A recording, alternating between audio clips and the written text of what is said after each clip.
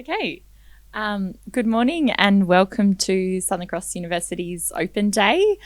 So thank you for joining us for the panel for Arts and Humanities. My name's Claudia. I am from the Future Students team here at Southern Cross and I will be your host today. But before we begin, I'd like to acknowledge that we are on the lands of the Bundjalung people today and pay my respects to the elders past, present and emerging. We're here today to share insights about studying arts and humanities at Southern Cross. It's a 25-minute panel and we will leave 5 to 10 minutes at the end to answer any questions. So today I am joined by Associate Professor Adele Wessel, who's the Chair of Humanities here at Southern Cross, and Rebecca Ryle, who is a SCU Arts alumni. So hi, Adele and Rebecca.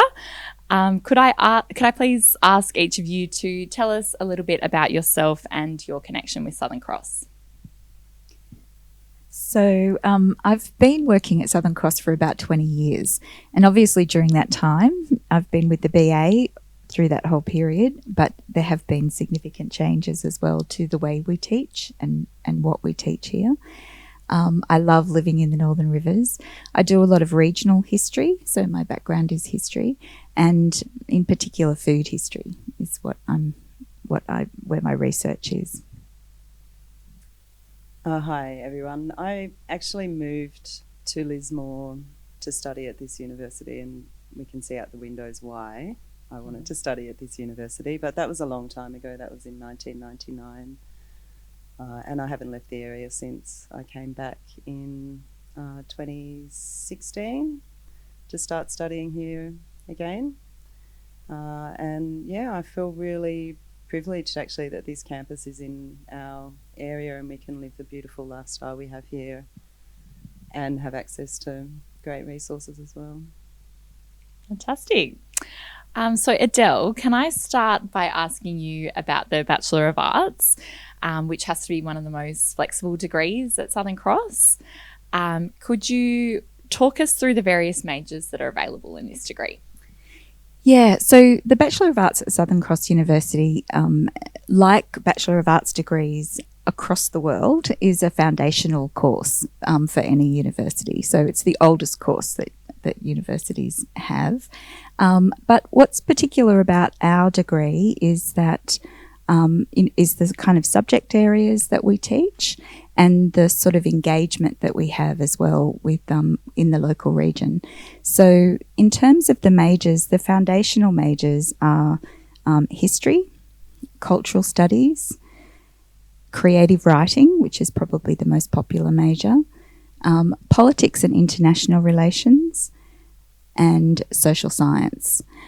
But students can choose one of those majors or two of them. And then in addition to that, we also have, you're able to do majors across the institution.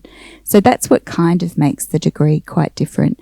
You can do electives if you want to, or you can study shared majors, because we can't always anticipate the kind of combinations that students might be interested in as well. So you could do something like digital media, for instance, which is one of the majors that I forgot to mention, as well as agriculture. So those kind of unique combinations, I think, is what makes the BA here so special. Indigenous studies is another shared major, art and design. Yeah, there's a range for people. Fantastic. And I guess more broadly, in terms of the bigger picture, why is studying arts important? Yeah, I mean, it's a really interesting question because I think a lot of people get the impression that an arts degree is a little bit of everything, whereas in fact an arts degree gives you depth in a particular kind of area. What is common to all arts degrees, regardless of your major, is that it equips you with the kinds of skills that are very long-term: critical thinking, communication, being able to make an argument, being able to understand how things are represented and so on. So actually a strength of the degree that it's not an accredited vocational degree, because it will take students into a range of different kinds of pathways. And, once you've done that sort of 3-year degree, some people will go on and do further study, but a number of people will go into the kinds of industries, I guess, where those sorts of skills are becoming more and more important. Empathy, being able to think, being able to communicate are all the kinds of things I think that now people are looking for. Yeah, definitely. And Rebecca, could you tell us about what you studied and what you found most interesting about this area of study? Sure. Yeah, I came to study initially an associate degree in creative writing, which is a 2-year full-time degree. I came because I just needed a change of direction in my life, and after my first semester of studying the foundational arts subjects as part of that associate degree, I realised actually it was exactly where I wanted to be, and the exposure to ideas that I was getting was really inspiring me and helping me to understand myself and my place in the world a lot better. So I changed from the associate degree over to the Bachelor of Arts, which I took 3.5 years to do, and then I also did an honours project here as well. So I ended up with a Bachelor of Arts with honours. I majored in creative writing, and then I had 2 minors, which were cultural studies and Indigenous studies. But I did sort of dip into other study areas where I saw an interest. So I did had a little look at sociology, and also took a science unit, actually, because I wanted to have greater language when I was writing about the environment. So I took a geology unit. So that's definitely, I'd echo what Adele was saying about the strength is the sort of breadth that you have access to, and the way that you can come in thinking you're interested in one thing, and be exposed to different ideas that then sort of send you off in another little direction. And this institution has lots of sort of quirky options for people to choose from, which is really makes it very attractive. So, Adele, we've touched on those shared majors.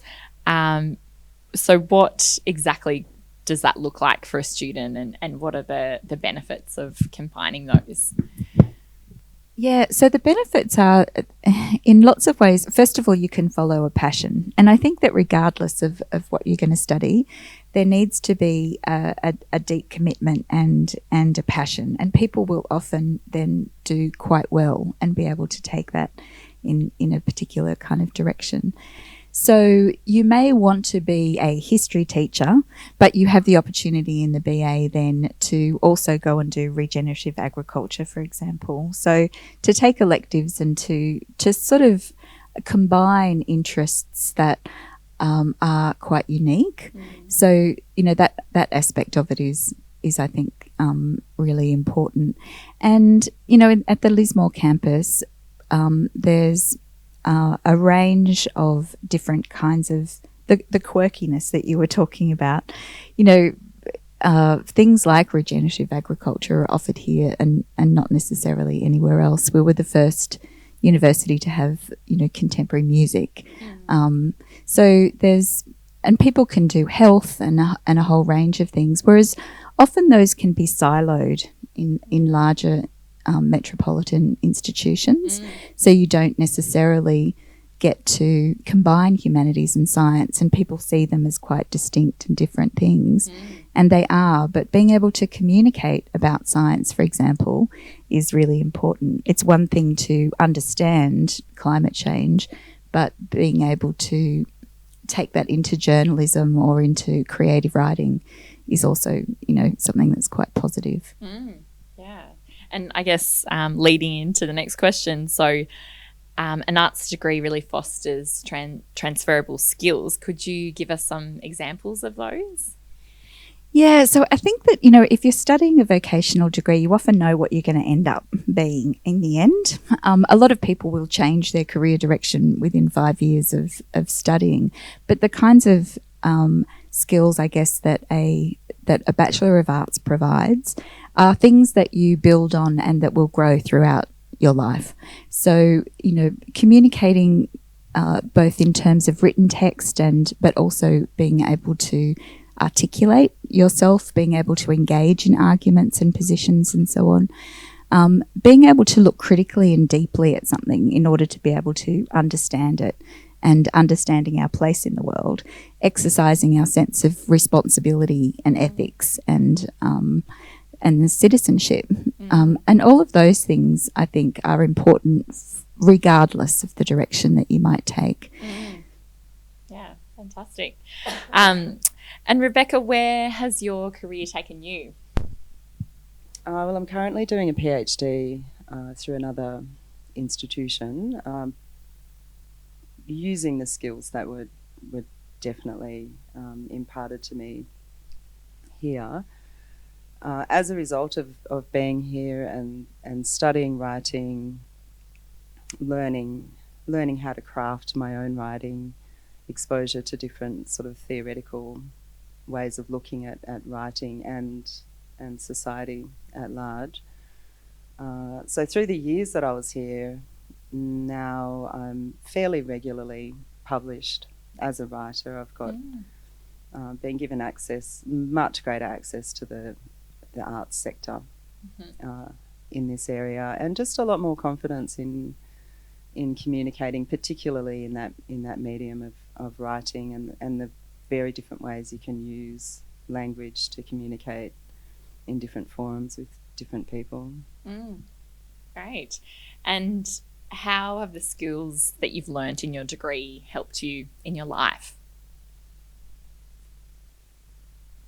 Adele touched on the critical thinking part of an arts degree, and since I've studied arts, I'm forever trumpeting arts to anybody who'll listen, actually, because it is really, I've found it really valuable to understand why I might think the way that I think, how my thinking has been shaped by the culture that I've grown up in, the sort of socio-political climate of the times that I've lived through, and I think prior to sort of looking at things that way, I didn't understand that almost that I was an unconscious product of my education, my culture, my country, really. So once you can sort of deconstruct that stuff and understand yourself a bit better, then it's easier to